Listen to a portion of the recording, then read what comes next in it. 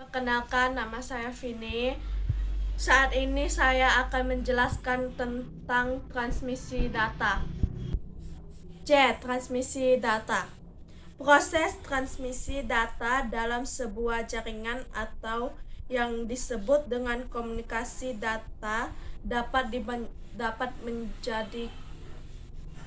dibedakan menjadi 3 jenis, yaitu sebagai berikut. 1.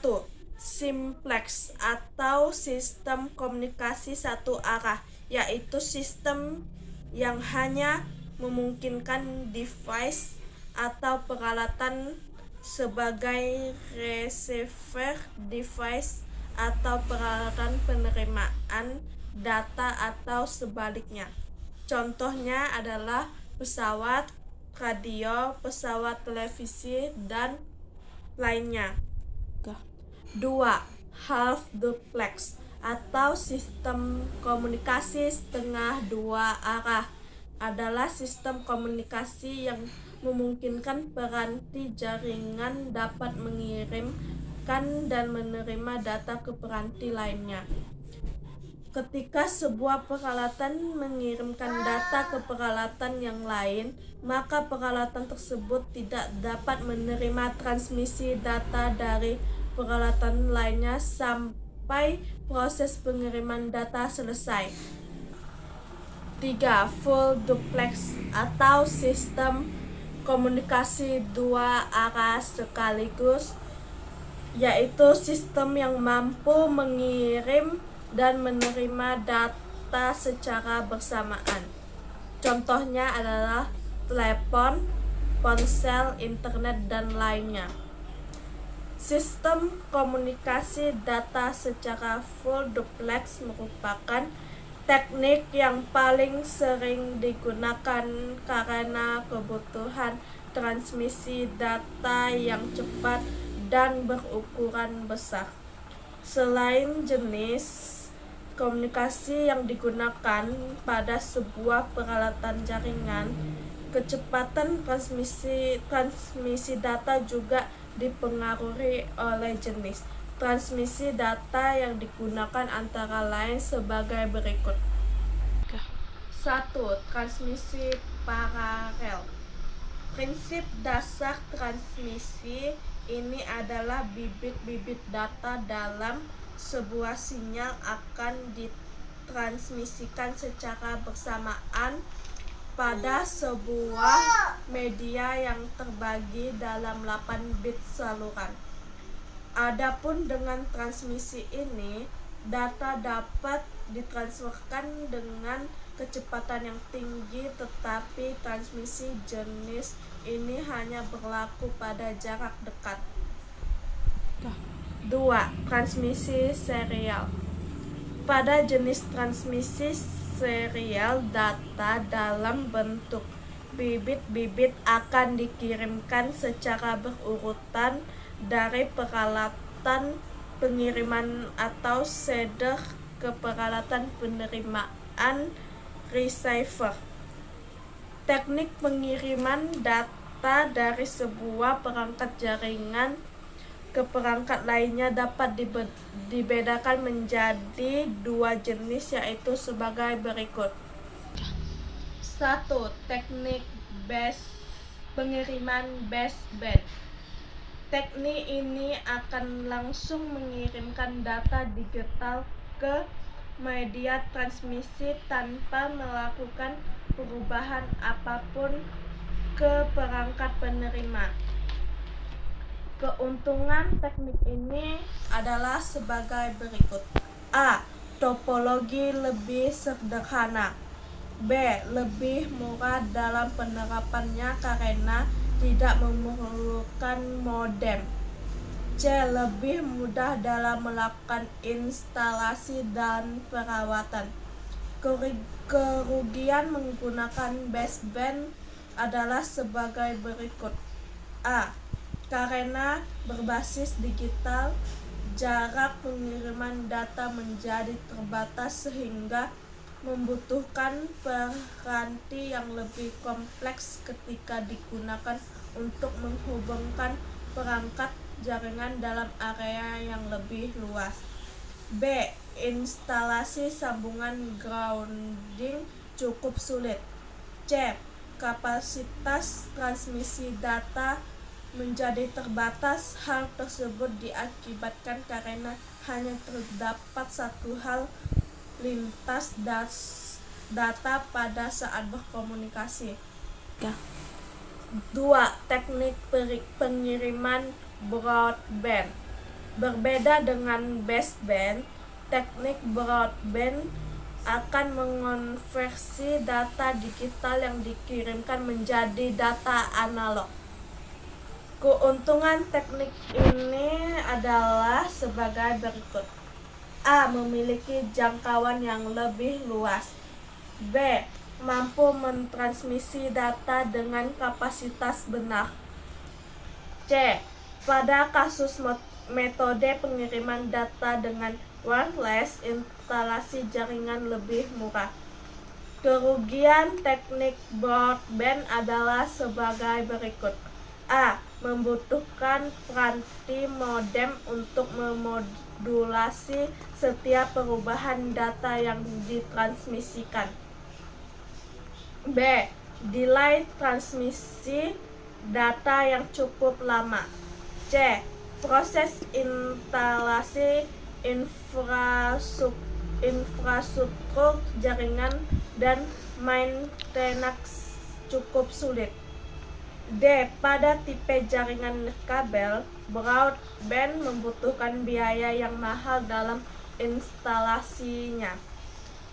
Kecepatan transfer data dari perangkat satu ke perangkat lainnya dipengaruhi beberapa hal, antara lain sebagai berikut. A. Tipe modem yang digunakan dalam mengonversi sinyal digital ke sinyal analog atau sebaliknya. B. Jenis media transmisi yang digunakan. C. Kualitas jalur transmisi yang dipengaruhi besarnya interferensi terhadap data yang ditransmisikan. Panjang media atau jangkauan dan banyaknya jumlah sambungan. Satuan untuk masing-masing jenis transmisi adalah sebagai berikut. A. Baud atau BD. 2. Kecepatan modulasi. B. Bit per detik atau BPS. 2. Kecepatan sinyal. C. Karakter per detik atau CPS. 2. Kecepatan transmisi. Dan selanjutnya saya akan menjelaskan tentang teknologi jaringan. J. Teknologi jaringan. Sebelum membangun sebuah jaringan lokal, Anda harus mengetahui dan memahami beberapa jenis teknologi yang dapat diterapkan. 1. Very Small Aperture Terminal atau VCAT. VCAT merupakan antena stasiun bumi yang kecil jika dibandingkan dengan antena stasiun bumi yang sebenarnya, dengan diameter 30 meter. A. Kemampuan VCAT.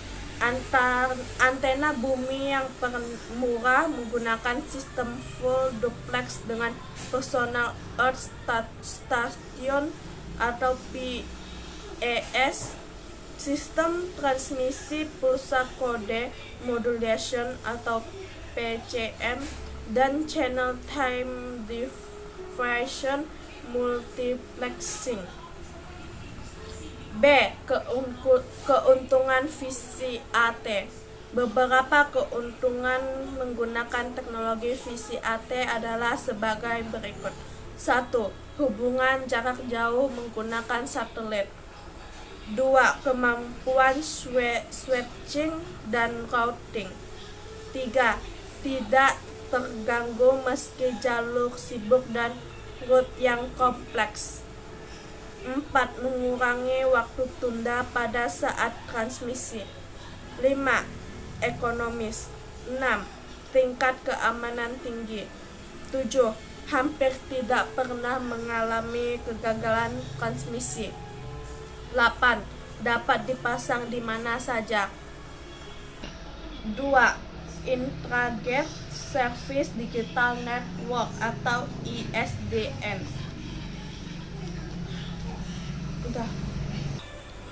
Teknologi ISDN dirancang oleh Commerce Consultative International Telegraphic Telephone atau CCITT dengan tujuan menyeragamkan pemakaian jaringan digital dan teknologi switching untuk mengirimkan voice atau suara serta data digital secara bersamaan seperti teletext, videotext, voicemail, telepon, LAN, PBX, dan lainnya. 3. Apple Local Tag. Apple Local Tag adalah sebuah metode dalam jaringan yang dikembangkan oleh proses Apple yang ditunjukkan untuk penggunaan mesin-mesin komputer keluaran Macintosh. 4. Token ring. Token dikembangkan oleh IBM pada pertengahan tahun 1980. Metode token ring atau yang sering disebut sebagai ring merupakan sebuah metode dengan token sinyal mengalir menyerupai aliran sinyal yang membentuk lingkaran. 5. Internet. Teknologi internet dikembangkan oleh Dr. Robert M. Malkefe di Xerox Palo Alto pada tahun 1970. Internet awalnya hanya berkecepatan 3 Mbps sehingga lebih dikenal sebagai eksperimental internet. 6. ARCnet atau ArcNet Resource Computer Network. Arsitektur ARCnet menggunakan prinsip token caching, CMS, dan broadcast. 7. Fiber Distributed Data Interface atau FDDI. FDDI adalah sebuah kemajuan dalam teknologi jaringan yang mampu mengalirkan data dalam kapasitas besar dengan kecepatan tinggi untuk jarak yang jauh menggunakan media transmisi fiber optik. 8. Copper Distributed Data Interface atau CDDI. CDDI adalah standar generasi terbaru dari FDDI yang diimplementasikan pada kabel. 9. Asynchronous Transfer Mode atau ATM. ATM merupakan metode switching berbasis connection oriented lokal yang dapat digunakan untuk merancang sebuah komunikasi kecepatan tinggi dengan jumlah penggunaan tak terbatas pada area yang cukup luas. Dan yang terakhir saya akan menjelaskan tentang media transmisi. Media transmisi. Apabila sumber data penerimaannya masih dapat dijangkau dengan jarak pilihan untuk menggunakan media, kabel menjadi pilihan utama. Selain murah, kabel juga mudah dalam pemasangannya. Ada 3 hal yang perlu diperhatikan ketika memutuskan jenis dari kabel yang akan digunakan untuk jaringan, yaitu sebagai berikut. A. Jumlah komputer yang akan dihubungkan bersama. B. Panjang media dan area jaringan yang akan dibuat. C. Jumlah bandwidth yang dibutuhkan. Media transmisi secara garis besar dibagi menjadi dua kategori, yaitu sebagai berikut. A. Guided media. B. Unguided media. Guided media adalah sebuah media transmisi yang mampu mentransmisikan dan mengantarkan data yang dapat diukur besaran fisik berdasarkan materialnya. Ada beberapa macam kabel yang digunakan untuk medium jaringan, yaitu sebagai berikut. 1. Twisted pair. A. Kabel silent twisted pair atau STP. Kabel STP terdiri 4 pasang kabel. Setiap kabel dibungkus insulator dan mampu mengalirkan sinyal dengan kecepatan transfer dari 10 sampai 100 Mbps dengan catatan panjang maksimum antar node adalah sekitar 100 Mbps. B. Kabel Unsled Twisted Pair atau UTP. Kabel UTP sama seperti kabel STP, hanya saja tidak terbungkus insulator. Jenis kabel ini sering digunakan dalam membangun infrastruktur jaringan berbasis topologi SPAC. 2. Kabel Coaxial.